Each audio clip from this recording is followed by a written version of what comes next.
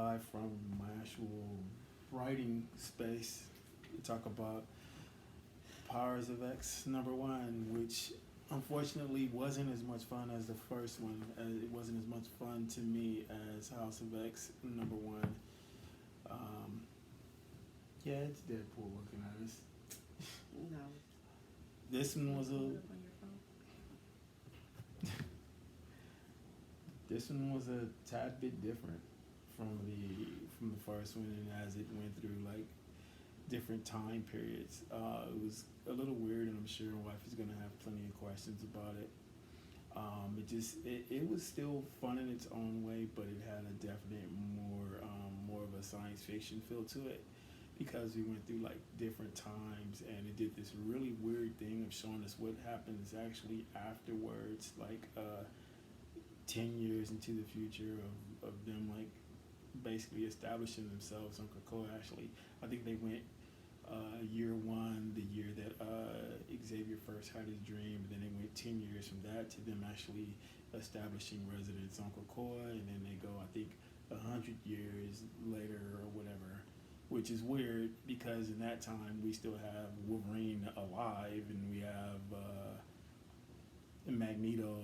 I believe it's supposed to be Magneto. It's really weird. It's to me personally, but it is what it is. What I found to be the most interesting was the downfall of Krakoa ends up being of their own doing because Mr. Sinister, one of the bad guys that they let on the island, Whatever. Not for one of the bad guys ended up basically betraying them. He had set up a system of like well, he set up a system where he was basically breeding mutants because he's this big geneticist, as people who read the comics know.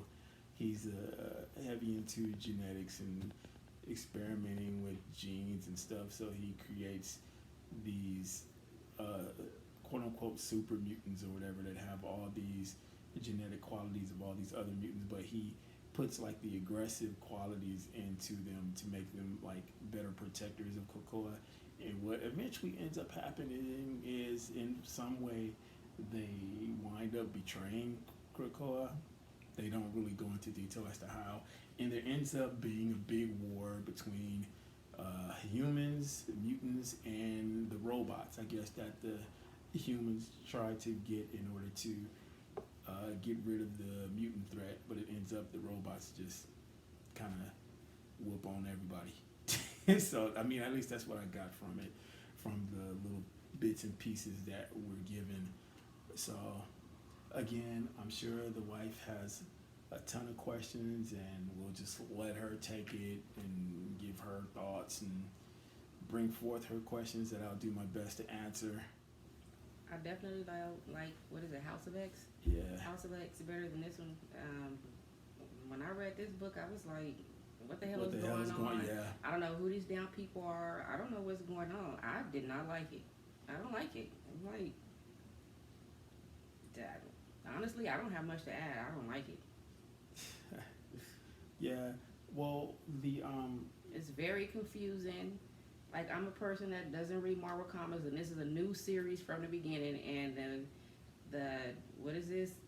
Powers of X just Yeah. goes off like yeah. like they need to really like break it down into layman's terms so somebody that's new can just jump in from the beginning and understand what the hell they're talking about. Yeah, I'm that's looking at not this gonna stuff. happen with Powers of X. If you're new to X-Men, you're gonna be like, "What the hell?" Yeah, that's exactly like you said when I was reading it. You were like, you have a look of confusion on your face. That's because I did. I'm looking at this like, what's going on? I don't know who these people are. I don't have any background information, and they're just going off and it's not an easy read, and I don't like it. Yeah, House of X Was that was supposed to much be more. Magneto, like a Where? younger version of Magneto? Where I don't know. we didn't see Magneto until the very end. Oh, actually, no. Who was that? That's Magneto. That's them on Krakoa in the present day. When Mystique comes and gives them the That's when what Magneto looks like. underneath this helmet. Apparently, in this era, yeah. Mm. So that was an interesting part that it kind of went back to the House of X story where we saw Mystique and Toad and Sabretooth going into like the damage control facility and downloading information onto a flash drive. And they actually gave that flash drive to Magneto and Xavier, and this presents an interesting dynamic because the information that they have on that flash drive is basically technology that was taken from Tony Stark and Reed Richards. So they have all this like advanced technology on that thing. And my wife and I actually had a discussion about this earlier, where I explained that if the mutants have someone on their team, I talked to her about Forge, and basically Forge should be able to duplicate anything that's on that flash drive, which will essentially give them the ability to make all this stuff that Reed Richards and Tony Stark had. Now we don't know exactly what they had. I mean, we have a few details. I mean, we know there are a couple of artifacts on there, as well as a few of Iron Man's older armors, but still, that's a lot of technology to just be for them to have. It's definitely gang technology. So. And I feel like, what's the problem with them having it? I mean, the government has it, and that's not an issue. But all of a sudden, if the mutants have it, then it becomes an issue. I don't see a problem with them having it. The government has it, and they're more corrupt than anybody. Well, Reed Richards, I think, was kind of pissed because he's like, man, I can't even get my stuff back. I'm having trouble getting my stuff back, and now here they go. They got this. Well, I don't know if he knew for sure that that's what they were doing, that they were downloading the information onto a flash drive, but I mean, like, we'll see. I'm sure Hickman has something up his sleeve for it, but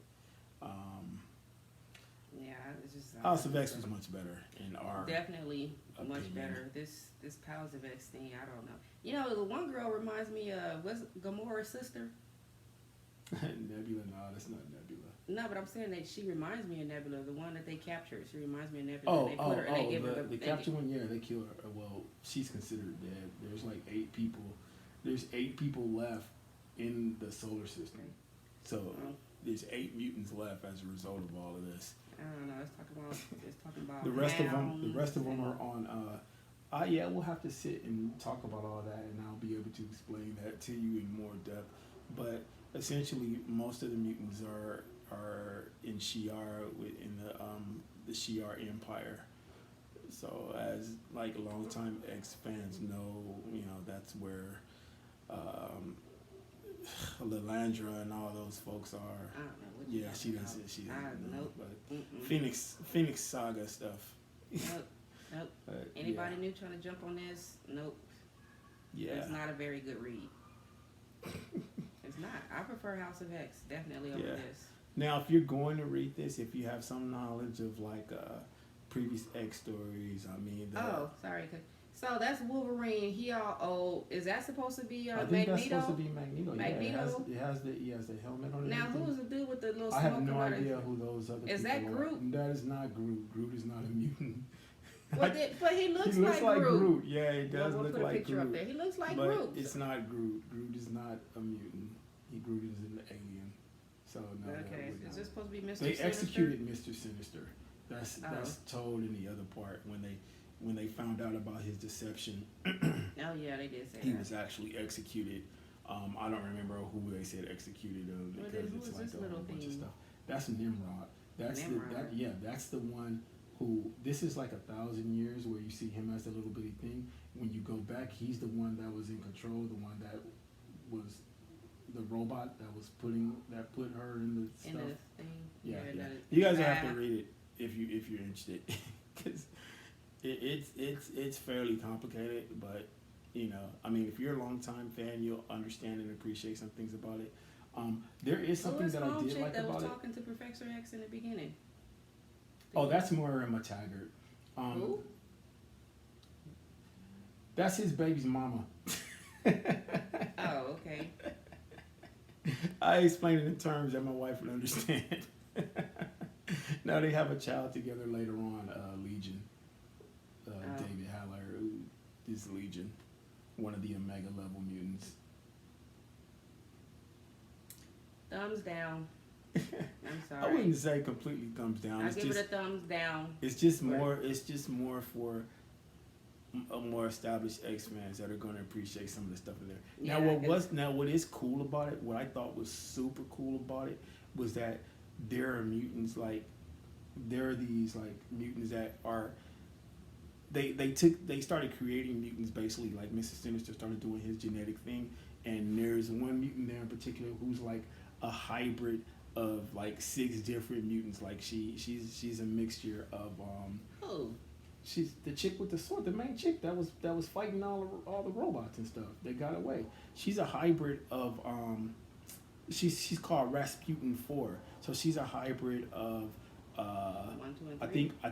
I think she's a hybrid of either Ilyana or either Magic or Colossus. She also has a bit of Kitty Pryde. She also has she has like 6 different mutant powers put into her, which is pretty dang cool. She has like some of Alexa's healing. She has all this different stuff put in her to kind of like I guess make her like a ultimate mutant or whatever. I thought that was pretty cool. And then the fact that they tried to like splice them together like to make them these like fighter mutants, but they ended up taking on passive qualities and they ended up being like priests and stuff. They're all called cardinals and they don't want to fight. I thought that was pretty cool too because you have one there that's like red and he looks like Nightcrawler, but he doesn't want to fight. He's like religious or whatever. I thought that was Nightcrawler. Yeah, no, that's not Nightcrawler. This is like in the future where none of them even exist anymore, I guess. But yeah, he's like Nightcrawler would have been out there squabbling. So I thought that was cool. I thought that was cool. He is red. Huh? So yeah, I thought that was pretty cool. But